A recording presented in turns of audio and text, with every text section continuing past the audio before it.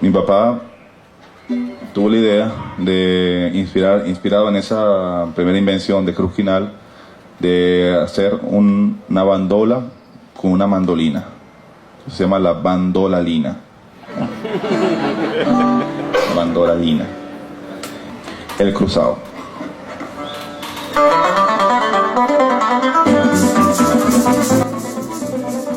Amigos de Radio Victoria, Ojo con Eso Televisión, en esta nuestra señal hemisférica con Benemérica, con la Escuela de Gobernanza Benjamin Franklin y con Reporte Confidencial, en una producción de Invirne Corp, vamos a conversar con Ricardo Sandoval.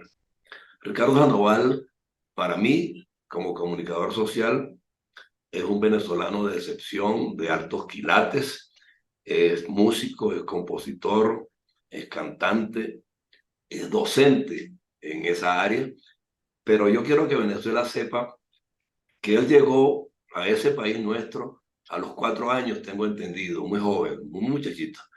Este, fue un migrante en las primeras de cambio, pero llegó a Venezuela y su inclinación por la música parece que la llevaba desde chiquito, de familia. Yo no sé si tu papá era músico también, en tu familia había músicos. Efectivamente, bueno, aunque no son músicos profesionales, mi padre pues ya tocaba guitarra, toca guitarra y siempre le ha gustado la música, estuvo en algunos que otro grupo de música folclórica, también en su tiempo de juventud en música de rock and roll y eso. Y mi madre también canta, entonces Qué bueno, la música siempre estuvo presente pues con claro. un lugar muy importante en la familia. Sí. Claro. Ahora, a lo largo de los años llegas a Venezuela y ¿cómo entras en la música?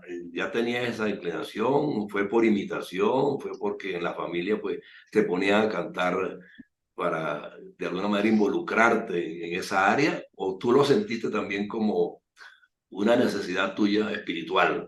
Porque me dicen que temprano mismo ingresaste, creo que a una escuela de música en Oriente y después te sumaste a la orquesta venezolana que dirigía el profesor Abreu, a la red de orquesta. Fue así, ¿no?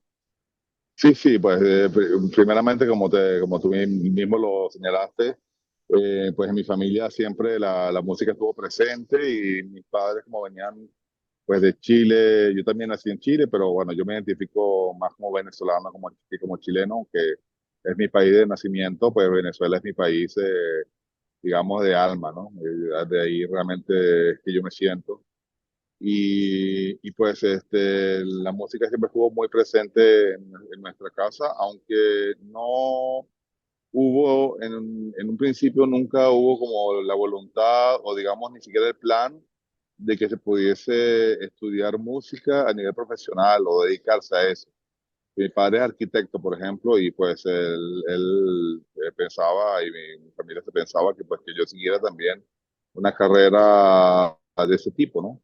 Y pues ya a eso de los 9 años de edad, comencé con la música y pues de una vez descubrí como mucha facilidad para sacar canciones de oído, ¿no? O sea, de toda la música que tenía en la cabeza, intentaba reproducir con el instrumento que tenía en la mano, que en ese momento primero fue la mandolina. También tuve, mejor dicho, antes de la mandolina tuve lo que se llama una melódica, que es un piano de boca, ¿no? Que uno sopla y tiene un pequeño teclado. Y aunque el instrumento que yo tenía inicialmente era más de juguete que un instrumento como tal, pues yo Claro. lograba sacar mucha música, muchas melodías. Y Claro. entonces cuando ya tuve, pues en esa Navidad de mis 9 años, me regalaron una mandolina, la primera mandolina italiana, de esas Carmelo Catania, y con esa mandolina, pues yo empecé a descubrir el mundo de las cuerdas pulsadas. Y me recuerdo que ya en enero estaba tocando todos los villancicos, ¿sabes? Los aguinaldos Claro. populares, pues yo ya los sacaba en la mandolina. Y así fue como Ahora, empecé. sí, tú, Eh, tú aterrizaste en una región de Oriente, donde la musicalidad está a flor de piel de todo el mundo. Allí la gente es parrandera de nacimiento. Pero, pero me dicen que tú le diste a esta práctica de la música en Oriente una connotación en la búsqueda del profesionalismo. Entonces, en ese marco, alguien te llevó a calificar inclusive como la persona que rescataste la bandola oriental. ¿Es así? ¿Es ciertamente así?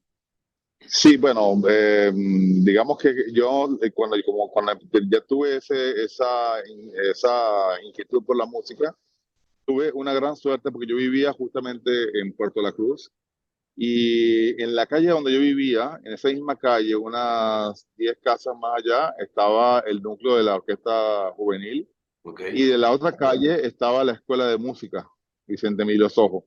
ok, Entonces, digamos que no tenía escapatoria, ¿no? Por un lado, por el otro iba a empezar con la música. Entonces empecé con el cuatro, el solfeo, la mandolina y luego con el clarinete. Entonces, ya cuando uno está en la dinámica de la orquesta, como muchos músicos que ya pues, han pasado por eso, es una dinámica muy intensa, ¿verdad?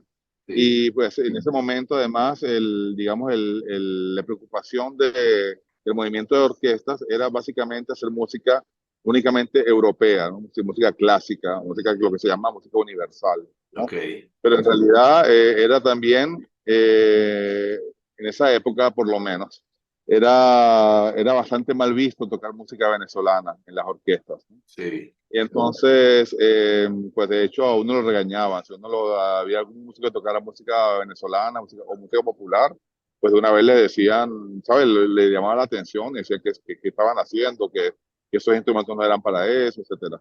Y a mí, pues siempre la parte popular siempre me interesó muchísimo. Además, pues en mi familia siempre hubo una gran valorización por el saber popular, por ¿sabes? Las tradiciones y, digamos, el acervo cultural del pueblo. Y pues ahí la mandolina encajaba perfectamente. Entonces yo de una vez empecé a escuchar música de grabaciones que podía tener que me llegaban a mis manos, de discos. Y también tuve la suerte pues de conocer a músicos populares que venían a esa zona. Ah, por ejemplo, estuvo Luis Mariano Rivera, María Rodríguez, ¿no? Que presentaban en los teatros de las petroleras ahí en Puerto La Cruz. ujú, Y también empecé a tocar con un grupo de un barrio de Puerto La Cruz, el barrio del Maguey, se llamaba Pueblo y Canto. Y con ese grupo empecé realmente a descubrir la música tradicional venezolana. Primero a nivel nacional, ¿no? Digamos la riqueza y la diversidad, enorme diversidad musical del país. Y luego con ya una preocupación un poco más militante, vamos a decirlo así, por dar a conocer más la música oriental. ujú. Entonces, como ya en ese momento, por ejemplo, había mucha gente que tocaba bandola llanera, yo dije, bueno, pero hay una bandola oriental, yo había oído hablar de la bandola oriental por las grabaciones de Un Solo Pueblo, por ejemplo, y por que algunos artesanos también que habíamos contactado nos hablaban, pues, que había gente que había tocado la bandola oriental, pero que nadie más la tocaba en ese momento. Pues entonces yo me di como objetivo, pues, de descubrir y por aprender lo más que pudiese sobre ese instrumento que no era tan conocido en ese momento. Ahora, ustedes dentro del campo musical, tú y tu papá creo que inclusive se convirtieron en innovadores en el desarrollo de un instrumento que creo que tiene doble brazo y doble traste, ¿no? Y tú lo llamas, bien un programa que tú lo llamaste la bandolalina, ¿no? Explícanos un Sí. poquito eso, ¿de dónde surge eso? Bueno, como se sabe, pues en el estado Sucre, concretamente en la población de San Lorenzo, que es vecina a Cumanacoa, vivió un músico fantástico, un músico creador y también artesano, que se llamó Cruz Quinal, Cruz Alejandro Quinal. Y este músico tuvo la idea, pues, de fabricar una mandolina, un bandolín, con dos brazos, ¿no? Y Ajá. llamó el bandolín morocho. Es Y curioso, entonces, ¿no? ¿Tú lo has visto en otras partes del mundo, tú que has viajado tanto? Algo parecido. mira, esos instrumentos así híbridos o digamos, ese tipo de creaciones se ha visto en muchas partes bueno, sobre todo en el siglo XIX hubo muchos inventos, ¿no? De ese tipo, ¿no? Mezclando diferentes instrumentos o haciendo instrumentos dobles. Pero, por ejemplo, en Crucinal, yo no estoy seguro que le haya visto, no sé, las guitarras de Van Halen, por ejemplo, que eran guitarras dobles también. que se veían en la televisión. Sí, yo creo que él lo hizo más un poco con la idea del acordeón que se toca en esa misma región, que se conoce también como cuereta, que es un acordeón diatónico. Entonces, tiene dos hileras Ajá. de botones. Entonces, cuando tú tocas una hilera, pues tienes un tono, por ejemplo, tocas en do, y en la otra hilera tienes el tono de fa. Digamos, si tienes la misma posición, pues transportas, digamos, únicamente moviendo desde una a la otra, cambias de tono, ¿no? Pero Y yo creo que él tú quiso te hacer lo volviste mismo. diestro, tú te volviste diestro con ese instrumento por lo que yo vi en un reportaje o algo que te hicieron. Yo también toqué, claro, yo aprendí un poco de todo lo de todos los instrumentos porque me interesaba dar a conocer la diversidad del Oriente, ¿no? A nivel de esos instrumentos, yo toqué la cuereta, toqué la mandolina, la bandola, hasta el violín, la marimba, ¿no? Diferentes instrumentos, los carrizos también. O sea, que eres Pero polifacético, eres polifacético. bueno, como se dice en Venezuela, todero, ¿no? Todero, de todo un poco. Pero en el Todero, sí. campo pero en el campo de la música no es fácil encontrar muchas personas que toquen tantos instrumentos a la vez. Bueno, pero sí hay bastante Sí. gente que, bueno, para muestra un botón, el gran maestro Che Hurtado, pues que es un Ah, bueno, excelente cuatrista, guitarrista, toca bajo, tres, bandola, o sea, pues, y como Cheo hay bastantes otros músicos que tienen, digamos, que han tenido que también abordar diferentes instrumentos a lo largo de su trayectoria, ¿no? Entonces, claro. no soy un caso único, lejos de eso. O sea, realmente hay muchos músicos que han hecho recorridos similares o hasta más, con mucha más diversidad y a muy alto nivel, ¿no? Bueno, pero Pero bueno, me has puesto de manifiesto una cualidad más tuya, la humildad, de estar reconociendo pues que no eres exclusivo, pero que de todo modo, o sea, hay mucha gente que también se aplica. Pero en el caso no, tuyo, pues, a mí me viene en el caso tuyo una pregunta adicional. Es que además de todo eso, tú eres compositor y creo que tienes 10 creaciones que todas han sido exitosísimas. La última creo que se llama El Cruzado. ¿En razón de qué El Cruzado, por ejemplo? Y cuéntame cuáles son esas otras creaciones para que la gente sepa sus nombres y la procure. bueno, mira, realmente el cruzado es una de mis primeras piezas. La historia es totalmente anecdótica porque en el año 90, me parece, 1990, eh, me invitó justamente el maestro Che Hurtado junto a Gerson García y Javier Sosa a hacer un disco que reuniera las cuatro bandolas de Venezuela. Ah, ok. Entonces, como yo en ese momento, yo estaba bastante jojoto en esa época, ¿no? Pero yo daba ya clases de bandola oriental en los talleres de cultura popular. Y pues me conocían porque yo, bueno, conocía ese instrumento y lo estaba dando a conocer. Y pues me tomaron, digamos, me seleccionaron para ese proyecto, junto con Gerson García en la bandola llanera, Javier Sosa en la bandola central y Maestro Che Hurtado en la bandola guayanesa. Entonces, cada uno tenía que tocar cuatro piezas. Y Héctor López, que era pues uno de los maestros también con los cuales yo realmente aprendí muchísimo de bandola central, ¿no? En los talleres de cultura popular, una gran persona, un gran ser humano, un gran pedagogo. Héctor López me dijo, bueno, pero si vas a tocar cuatro piezas, toca una de tus piezas, ¿no? Que ya había escuchado una pieza que yo había compuesto que se llamaba La Negra, que se la compuse a la esposa de Luis Mariano Rivera, ¿no? Ah, Que ok. fue gente que me recibió con los brazos abiertos y que me apoyó muchísimo como adolescente en mi búsqueda por las tradiciones del Oriente venezolano. Entonces él me dijo, bueno, ¿por qué no grabas La Negra? Y Cheo me dijo, bueno, sí, o graba esa o componte algo. Ok. Y yo compuse, justamente en esa época había entendido cómo funcionaba el cambio del esquema a tiempo y a contratiempo, lo que se llama el 3x4 y 6x8 del joropo. Y entonces dije, voy a componer un joropo que tenga esos cambios, ¿no? Pero en la parte del joropo, como tal, en la estructura de la melodía. Y compuse esa pieza y la grabamos. Y cuando la grabamos, pues inmediatamente a los que estaban allí les gustó.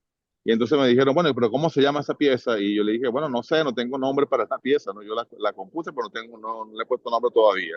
Y estaba Héctor Laraguainamo, que es un contrabajista cumanés, que me dijo, mira, eso debería llamarle el cruzado, porque como siempre se cruza el compás y eso, pues ponle el cruzado. Y se quedó el cruzado. Y en ese disco, una de las personas que tocó las maracas fue Luis Julio Toro, el gran flautista de Burro Fío. Imagínate. Sí. Y entonces él, cuando estaban haciendo la mezcla, pues le dijeron, mira, escucha la pieza que grabó Ricardo. Y cuando la escuchó, dijo, ah, me encanta esa pieza, quiero tocarla en la flauta. Y entonces la montó, y la montó con Burro Fío. Y a partir de allí, pues ellos la tocaron y cuando hicieron el segundo disco de Burro Fío, le pusieron como título al disco El Cruzado. El Y eso, por cruzado. supuesto, dio a conocer esa pieza a un gran número de personas, porque Burro Fío pues, es una referencia indiscutible para la música venezolana. Entonces, no es una de mis primeras piezas, ya la he hecho, claro, hay varias versiones, ha habido versiones en diferentes instrumentos. Estoy muy contento que esa pieza realmente haya gustado y que la gente se la haya apropiado en realidad, ¿no? Yo Sí. eso, de verdad que me siento muy afortunado. ¿Otras cuántas Eh, tienes? ¿Cuántas otras tienes? ¿Cuántas otras composiciones? Son 10, Mira, ¿no? no las he contado. Alguien me dijo que eran 10. Alguien me dijo que eran 10. No, Son más, son más son de más. 10, son más de 10, pero sí, he hecho varias. Digamos que así como que las que tengo como que son como más conocidas o que mucha gente pues ha versionado.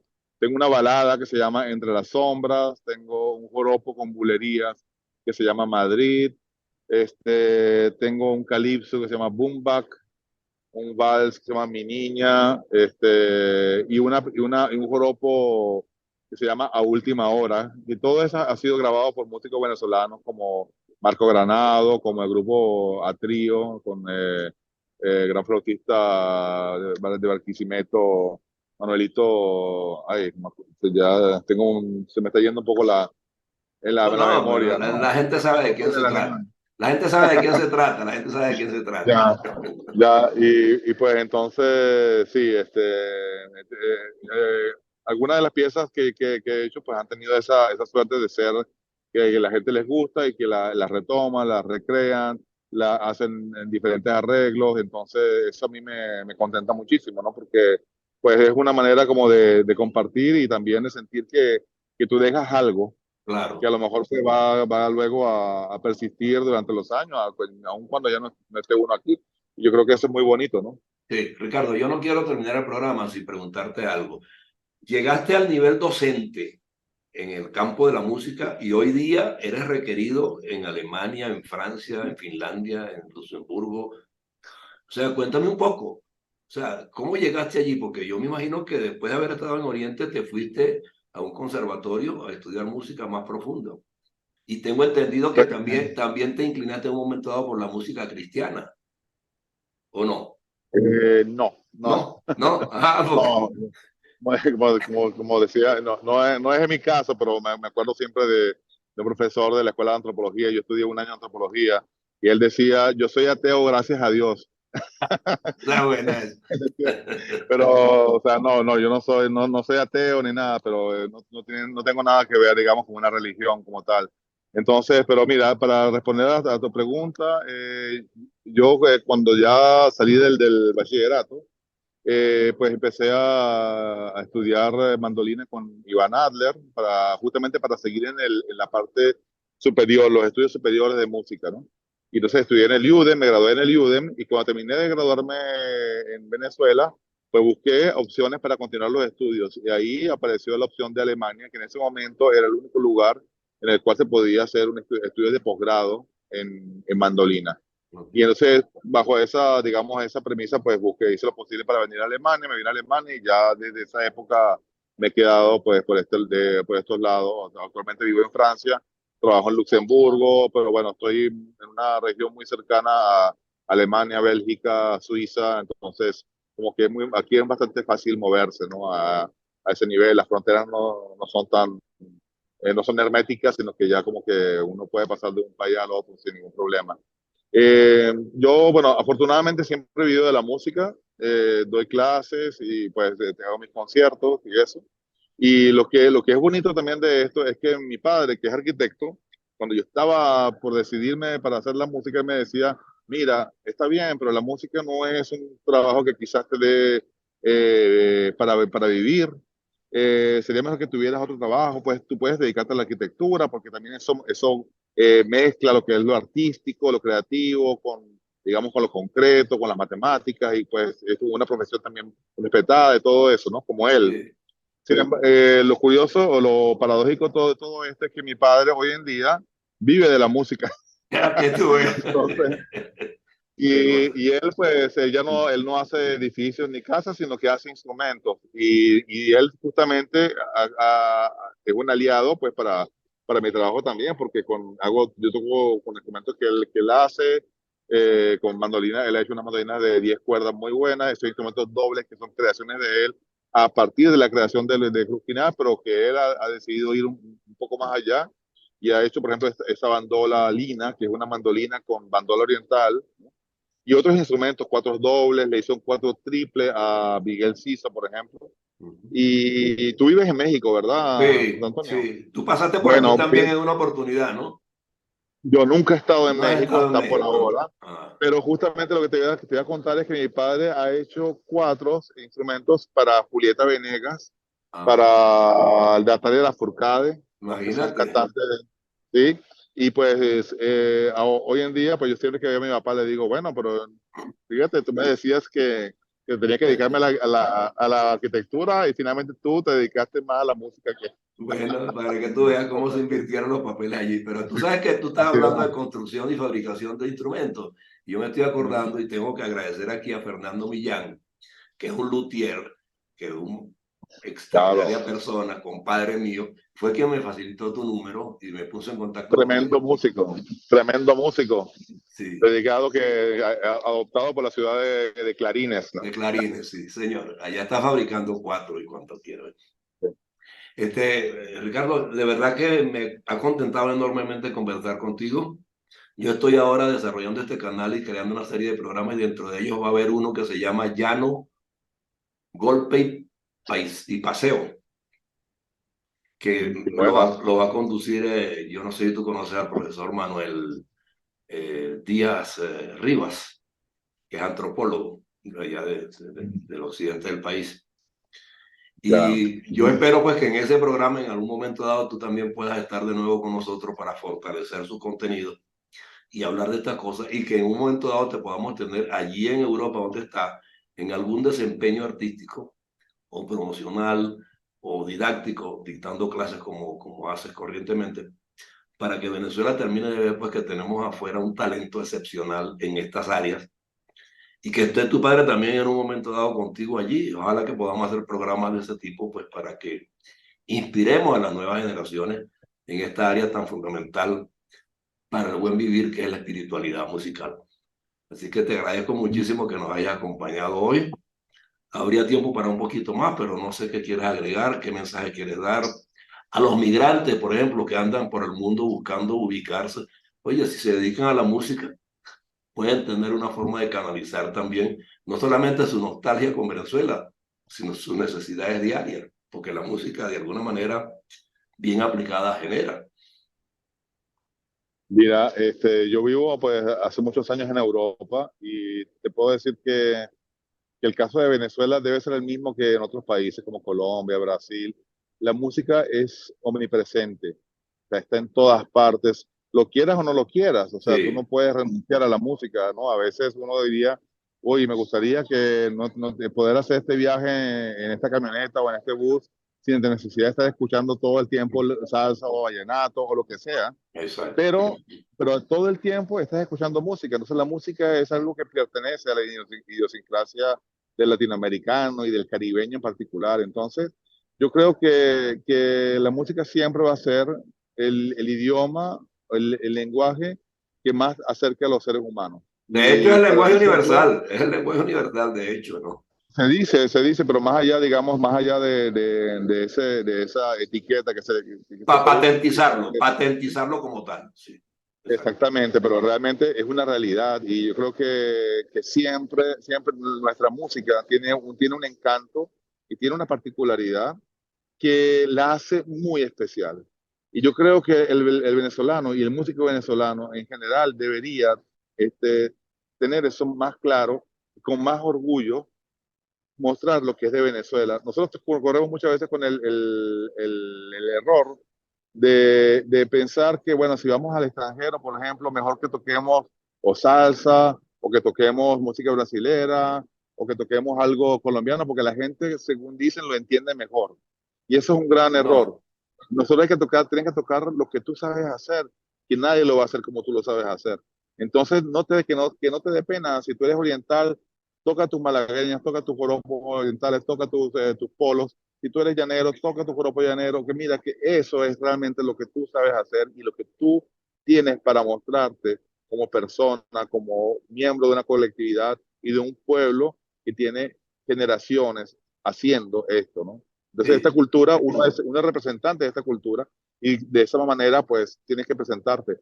Y yo creo que con esa idea, uno tendría más también confianza al momento de irse fuera a descubrir otros horizontes, ya sea por razones de fuerza mayor, que yo estoy consciente que mucha gente pues ha tenido que salir por razones económicas, por la situación, etcétera, pero también uno puede aprovechar y decir, bueno, voy a salir, conocer otras realidades, aprender y también ya cuando si me toca regresar a Venezuela, ojalá que sea el caso, pues regresar con una experiencia, regresar con otros conocimientos y también ayudar a que el país salga adelante con lo que podamos nosotros aportar, ¿verdad?